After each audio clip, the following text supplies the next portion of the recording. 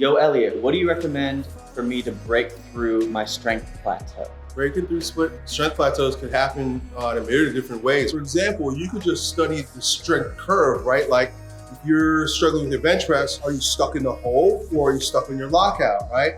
If you're stuck in the hole, there are certain exercises that you can do to help bring that up. Short repetitions from the bottom up. Or if it's the lockout, you could do board presses, you could do pin presses or floor presses, right?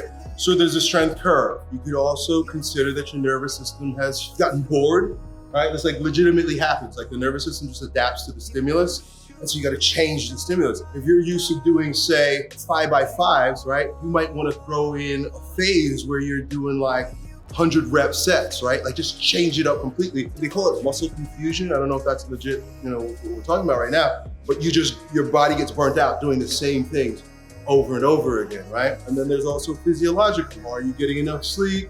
Are you legit eating enough? Are you taking the right supplements, right? Creatine can bust you through strength plateaus for sure. One of which I've seen time and time again is guys going to the gym, they're just not working hard enough.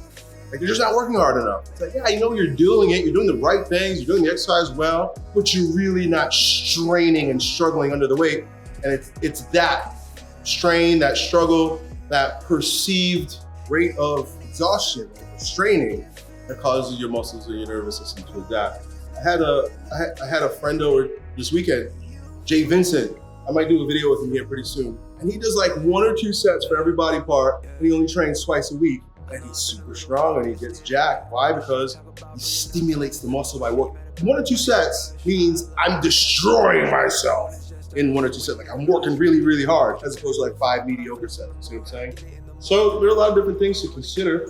Now you're here on YouTube, go check out Jay Vincent. Maybe follow some of his protocols for a little while. That'll be muscle confusing too.